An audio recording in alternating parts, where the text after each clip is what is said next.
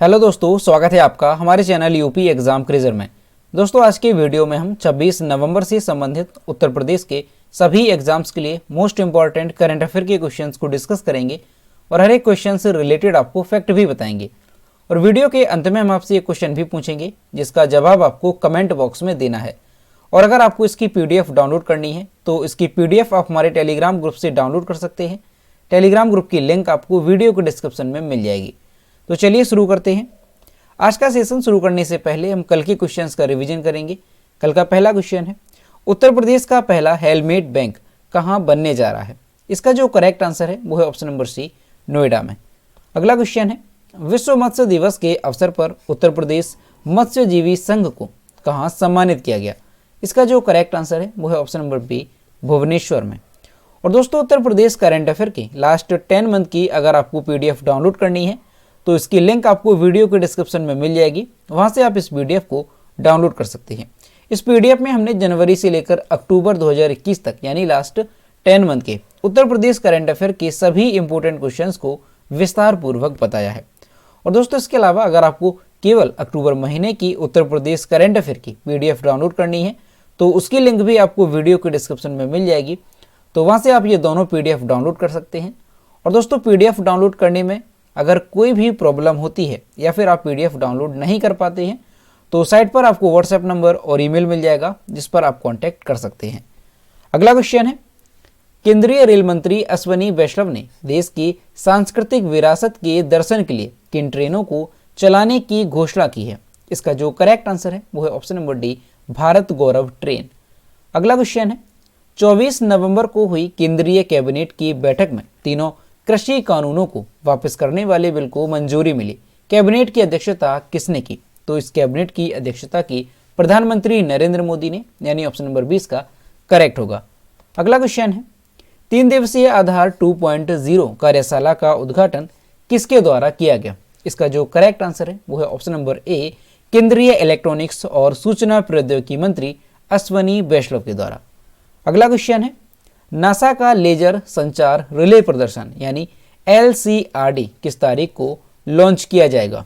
इसका जो correct answer है वो है ऑप्शन नंबर सी, 4 दिसंबर को।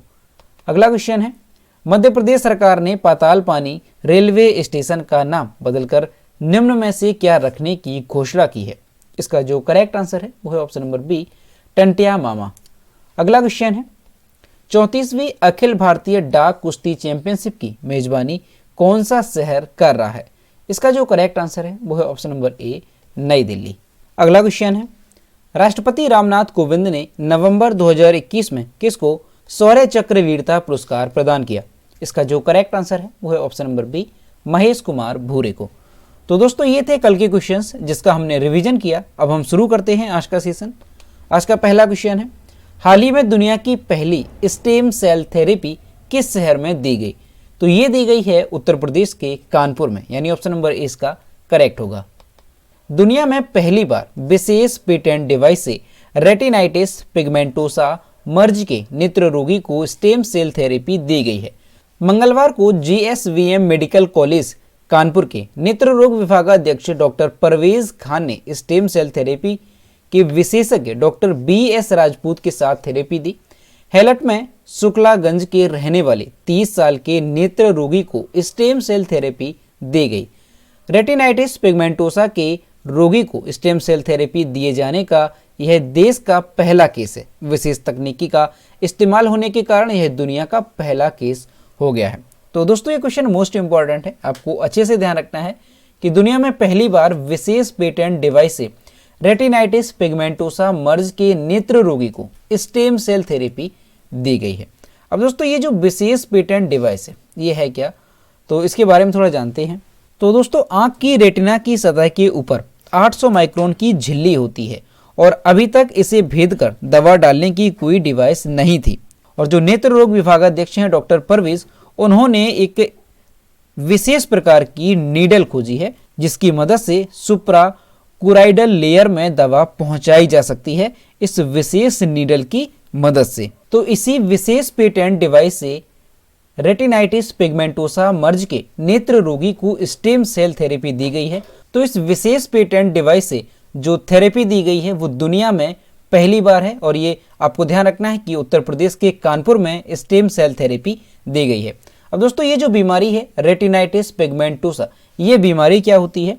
तो इस बीमारी में रेटिना की कोशिकाएं अपने आप मरने लगती हैं और इससे रोगी को पहले रात में और फिर दिन में दिखना बंद हो जाता है और इसके बाद जो है आंखों की रोशनी चली जाती है। तो इस तरह की ये बीमारी होती है।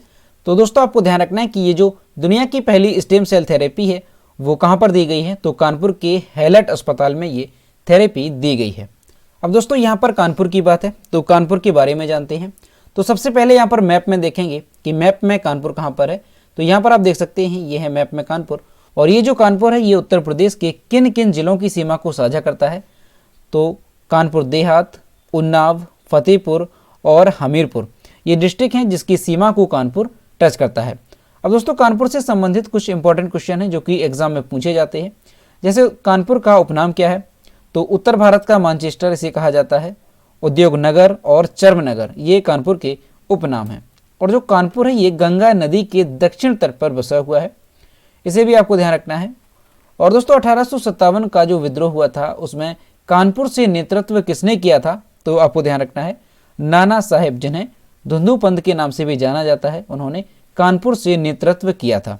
और दोस्तों भारतीय कांग्रेस की पहली जो भारतीय महिला अध्यक्ष हैं वो कौन थी? तो सरोजिनी नायडू। और इन्होंने किस अधिवेशन की अध्यक्षता की थी?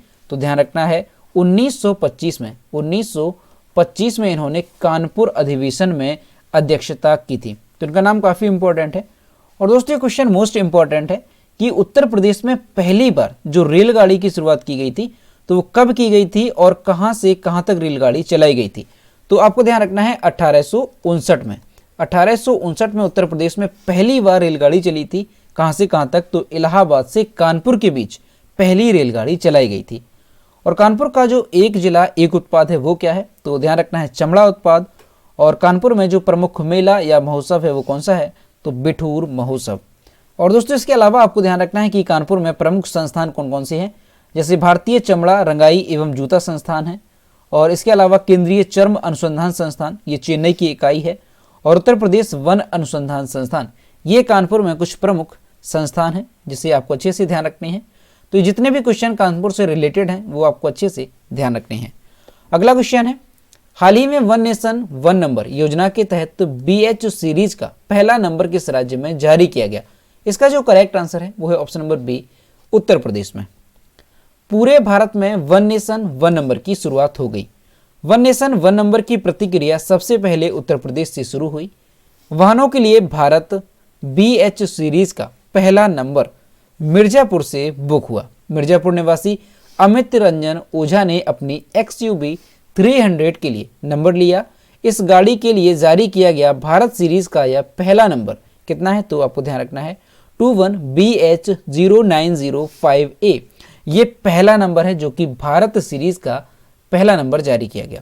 जो वाहन भारत सीरीज में पंजीकृत होगा वह देश के किसी भी प्रांत में बेरोक टोक फर्राटा भर सकेंगे, यानी किसी भी राज्य में ये बिना रोक टोक के चल सकेंगे और उन्हें टैक्स देने के बाद देश के किसी भी प्रांत में जाने की अनुमति होगी। BH सीरीज लेने के बाद वाहन स्वामी को दूसरे राज्य का पंजीयन नंबर नहीं लेना पड़ेगा।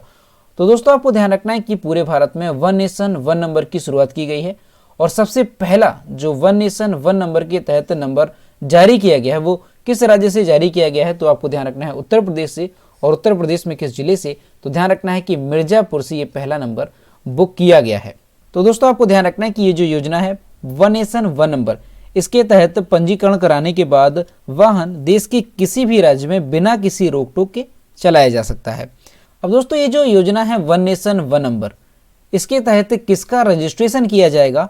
तो इसके तहत जो है सेना के कर्मचारी या अधिकारी और इसके अलावा रक्षा मंत्रालय, केंद्रीय विभाग, वाणिज्य, अर्ध सरकारी कार्यालय और इसके अलावा ऐसे कर्मचारी जिनका देश के काम की वजह से 4 प्रांतों में कार्यालय हैं, वह लोग अपने वाहन में भारत श्रृंखला यानी BH श्रृंखला वाली इस स्पेशल नंबर का पंजीकरण करवा सकते हैं। तो यहाँ पर आपको ध्यान रखना है कि BH सीरीज का जो पहला नंबर है वो कहाँ से बुक किया गया है? तो उत्तर प्रदेश के मिर्जापुर से ये पहला नंबर बुक किया गया है। अगला क्वेश्चन है, हाल ही में राष्ट्रीय फाइलेरिया उन्मूलन कार्यक्रम के अंतर्गत प्रदेश के कितने जिलों में मास ड्रग एडमिनिस्ट्रेशन कार्यक्रम शुरू किया गया? इसका जो करेक्ट आंसर है वो है ऑप्शन नंबर सी, 12 जिलों में। राष्ट्रीय फाइलेरिया उन्मूलन कार्यक्रम के अंतर्गत प्रदेश के 12 जिलों में 22 नवंबर से मास ड्रग एडमिनिस्ट्रेशन MDA कार्यक्रम शुरू हो गया। इस दौरान आशा बहु व आंगनबाड़ी कर्मचारी घर घर जाकर लोगों को जागरूक करेंगे और आयु के अनुसार लोगों को दवा खिलाएंगे। इसके तहत जो बीमारी है हाथी पाँव, जिसे फील पाँव कहते हैं, उससे बचाव के लिए DEC और बच्चों के पेट में कीड़े मारने की एल्बेंडाजोल और आइवरमेक्टिन दवा खिलाई जाएगी। ये जो अभियान है ये 22 नवंबर से शुरू हुआ और 10 दिनों तक ये अभियान चलेगा और इसमें ये लक्ष्य रखा गया है कि जिलों की 18 लाख से अधिक आबादी को दवा खिलाई जाए। अब दोस्तों यहाँ पर जो 12 जिले हैं वो कौन कौन से हैं, तो आपको ध्यान रखना है। वाराणसी है, चंदौली है, मिर्जापुर, कानपुर देहात, प्रयागराज, प्रतापगढ़, कानपुर नगर, हरदोई, सीतापुर, फतेहपुर, लखीमपुर खीरी और उन्नाव। ये वो 12 जिले हैं जहाँ पर राष्ट्रीय फाइलेरिया उन्मूलन कार्यक्रम के तहत अभियान चलाया जाएगा। अगला क्वेश्चन है, लॉन्च पुस्तक cooking to save your life के लेखक कौन है? इसका जो करेक्ट आंसर है वो है option number D, Abhijit Banerjee. भारतीय मूल के अमेरिकी अर्थशास्त्री और नोबेल पुरस्कार विजेता अभिजीत बनर्जी ने अपनी नई पुस्तक cooking to save your life launch की है। फ्रांस स्थित चित्रकार चेने ओलिवर द्वारा सचित्र पुस्तक जुगरनॉट बुक्स द्वारा प्रकाशित की गई। यह पुस्तक रसोई में यूज होने वाली कुकिंग स्किल और रसोई के विस्तार पूर्वक ज्ञान पर केंद्रित है।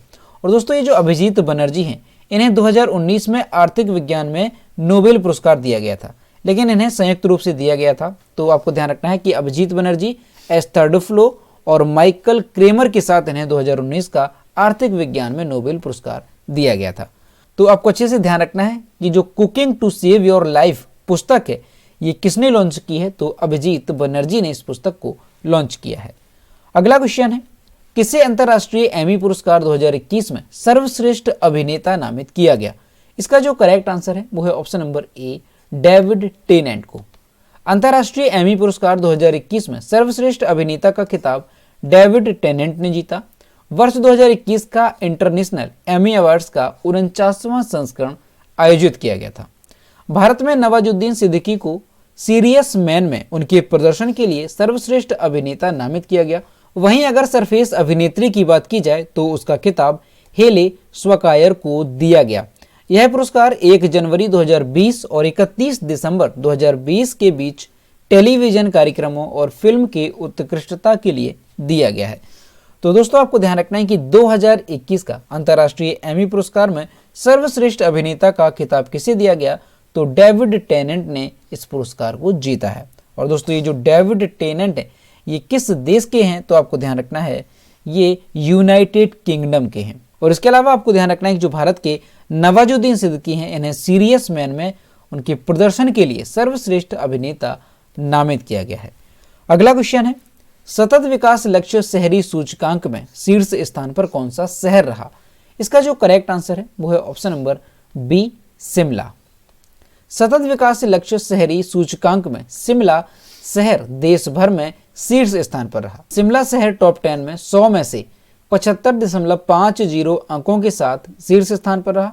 इस सूचकांक में सामाजिक, आर्थिक और पर्यावरणीय मापदंडों पर नीति आयोग ने 56 शहरों का मूल्यांकन किया है। SDG शहरी सूचकांक और डैशबोर्ड 2021-22 में शीर्ष 10 शहरी क्षेत्र कौन कौन से हैं, तो ध्यान रखना है शिमला है, कोयम्बटूर, चंडीगढ़, तिरुवनंतपुरम, कोच्चि, पणजी, पुणे, तिरुचिरापल्ली, अहमदाबाद और नागपुर। ये 10 शीर्ष शहरी क्षेत्र हैं SDG शहरी सूचकांक 2021 के। तो दोस्तों ये क्वेश्चन भी मोस्ट इंपॉर्टेंट है, आपको अच्छे से ध्यान रखना है कि नीति आयोग ने सतत विकास से लक्ष्य शहरी सूचकांक जारी किया 2021-22 और उसमें शिमला शहर ये देश भर में शीर्ष स्थान पर रहा। और इस सूचकांक में कितने शहरों का मूल्यांकन किया गया था, तो आपको ध्यान रखना है 56 शहरों का इसमें मूल्यांकन किया गया था। और दोस्तों यहाँ पर जो वर्ड है SDG इसका फुल फॉर्म क्या होता है, तो सस्टेनेबल डेवलपमेंट गोल्स SDG का फुल फॉर्म होता है और इसे हिंदी में क्या कहेंगे, तो सतत विकास लक्ष्य इसे हिंदी में कहेंगे। अब दोस्तों अगर SDG की बात करें तो SDG को स्थापित कब किया गया था, तो 2015 में इसे स्थापित किया गया था। और इसकी स्थापना किसने की थी, तो संयुक्त राष्ट्र के द्वारा जो है इसे स्थापित किया गया था। और ये जो SDG है इसका मिशन वक्तव्य क्या है, तो 2030 तक सभी लोगों और दुनिया के लिए बेहतर और अधिक टिकाऊ भविष्य प्राप्त करने का खाका तैयार करना, ये इसका मिशन वक्तव्य है। अगला क्वेश्चन है, किसकी आत्मकथा रिजॉल्व्ड यूनाइटिंग नेशंस इन अ डिवाइडेड वर्ल्ड पुस्तक को लॉन्च किया गया? इसका जो करेक्ट आंसर है वो है ऑप्शन नंबर ए, बान की मेन। संयुक्त राष्ट्र के पूर्व महासचिव बान की मेन की आत्मकथा रिजॉल्व यूनाइटिंग नेशंस इन अ डिवाइडेड वर्ल्ड लॉन्च की गई। इस पुस्तक में लेखक ने अपने जीवन में सामना की गई चुनौतियों को और संयुक्त राष्ट्र में अपने कार्यकाल को बताया है। उन्होंने 5 साल के 2 कार्यकाल को 2007 से 2016 तक संयुक्त राष्ट्र के 8वें सचिव के रूप में कार्य किया था। तो दोस्तों आपको ध्यान रखना है कि जो पुस्तक है रिजॉल्व यूनाइटिंग नेशंस इन अ डिवाइडेड वर्ल्ड, ये किसकी पुस्तक है? तो ये संयुक्त राष्ट्र के पूर्व महासचिव बान की मेन की आत्मकथा है और इसमें जो है उन्होंने अपने जीवन की चुनौतियों को और संयुक्त राष्ट्र में अपने कार्यकाल को बताया है। अगला क्वेश्चन है, रुमेन रादेव ने किस देश के राष्ट्रपति का चुनाव जीता? इसका जो करेक्ट आंसर है वो है ऑप्शन नंबर सी, बुल्गारिया का। बुल्गारिया देश के नए राष्ट्रपति का चुनाव बल्गेरियाई सोशलिस्ट पार्टी के उम्मीदवार रुमेन रादेव ने जीता, जिसमें उन्हें 66.72% वोट मिले। रुमेन रादेव एक बार फिर से बुल्गारिया देश के नए राष्ट्रपति बने हैं। 14 नवंबर को बुल्गारिया देश में राष्ट्रपति का चुनाव कराया गया था। रुमेन रादेव को अगले 5 वर्षों के लिए बुल्गारिया देश के राष्ट्रपति चुना गया है। तो दोस्तों आपको ध्यान रखना है कि बुल्गारिया के जो नए राष्ट्रपति हैं वो कौन बन गए हैं, तो रुमेन रादेव। बुल्गारिया की अगर बात की जाए तो बुल्गारिया की कैपिटल क्या है, तो सोफिया बुल्गारिया की कैपिटल है। और बुल्गारिया के प्रधानमंत्री कौन है, तो स्टीफन यानेव बुल्गारिया के प्रधानमंत्री हैं। और बुल्गारिया की करेंसी क्या है, तो लेव बुल्गारिया की करेंसी है।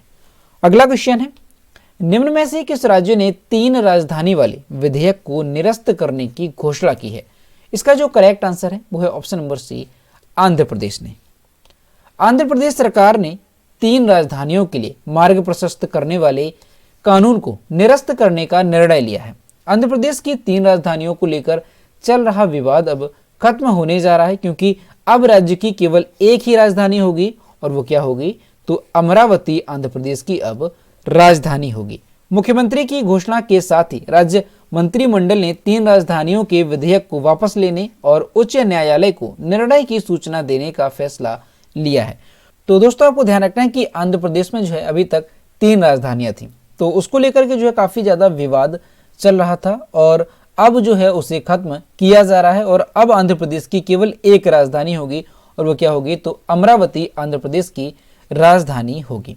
और अभी जो है मुख्यमंत्री की घोषणा के साथ ही आंध्र प्रदेश राज्य मंत्रिमंडल ने 3 राजधानियों के विधेयक को वापस लेने और उच्च न्यायालय को निर्णय की सूचना देने का फैसला किया है। और अभी तक जो आंध्र प्रदेश की 3 राजधानियों को लेकर विवाद चलता था, तो वो 3 राजधानी कौन कौन सी थी, तो आपको ध्यान रखना है कि विशाखापट्टनम ये कार्यकारी राजधानी और अमरावती विधायी राजधानी और करनूल को न्यायिक राजधानी बनाने को लेकर जो है विवाद चल रहा था। अगला क्वेश्चन है, formula 1 Qatar grand prix 2021 race का खिताब किसने जीता? इसका जो करेक्ट आंसर है वो है option number A, Lewis Hamilton ने। ब्रिटेन देश के मर्सिडीज के रेसर लुइस हैमिल्टन ने formula 1 Qatar grand prix 2021 race का खिताब जीता। वहीं फार्मूला 1 कतर ग्रैंड प्रिक्स 2021 में मैक्स वर्स्टैपन दूसरे स्थान पर रहे और फर्नांडो अलोसो तीसरे स्थान पर रहे। इस जीत के साथ लुइस हैमिल्टन फार्मूला 1 में 30 अलग अलग सर्किट में जीतने वाले पहले ड्राइवर बन गए हैं। तो दोस्तों ये क्वेश्चन भी मोस्ट इंपॉर्टेंट है, आपको अच्छे से ध्यान रखना है कि फार्मूला 1 कतर ग्रैंड प्रिक्स 2021 का खिताब किसने जीता है, तो मर्सिडीज के रेसर लुइस हैमिल्टन ने इस खिताब को जीता है। तो दोस्तों ये थे 26 नवंबर से संबंधित उत्तर प्रदेश के सभी एग्जाम्स के लिए मोस्ट इंपॉर्टेंट करंट अफेयर के क्वेश्चन जो कि हमने डिस्कस किए। अब हम देखते हैं कल के वीडियो का क्वेश्चन जो हमने आपसे पूछा था। तो ये है कल के वीडियो का क्वेश्चन जो हमने आपसे पूछा था, भारतीय पुलिस फाउंडेशन IPF द्वारा किए गए सर्वेक्षण 2021 में किस राज्य को संवेदनशीलता की श्रेणी में रखा गया है? इसका जो करेक्ट आंसर था वो ऑप्शन नंबर डी था, ए और बी दोनों, यानी बिहार और उत्तर प्रदेश को जो है राज्य की संवेदनशीलता की श्रेणी में रखा गया है। और लगभग सभी स्टूडेंट्स ने इसके सही जवाब किए। और मैं आपसे हर रोज कहता हूं कि जो भी क्वेश्चन आपसे पूछा जाए तो सभी लोग उसका आंसर जरूर किया करो। तो ये है आज का क्वेश्चन। एशिया के सबसे बड़े एयरपोर्ट नोएडा इंटरनेशनल एयरपोर्ट की आधारशिला किसने रखी? ऑप्शन नंबर ए है नरेंद्र मोदी, बी है योगी आदित्यनाथ, सी है रामनाथ कोविंद और डी है राजनाथ सिंह। तो इसका जो भी करेक्ट आंसर है वो आपको कमेंट बॉक्स में बताना है। तो दोस्तों अगर आपको आज का वीडियो पसंद आया हो तो वीडियो को लाइक करें, शेयर करें और अगर चैनल पर नए हैं तो चैनल को सब्सक्राइब करना ना भूलें। साथ ही बेल आइकन को भी प्रेस करेंगे ताकि टाइम टू टाइम नोटिफिकेशन आप तक पहुंचता रहे। तो मिलते हैं नेक्स्ट वीडियो में। Thank you.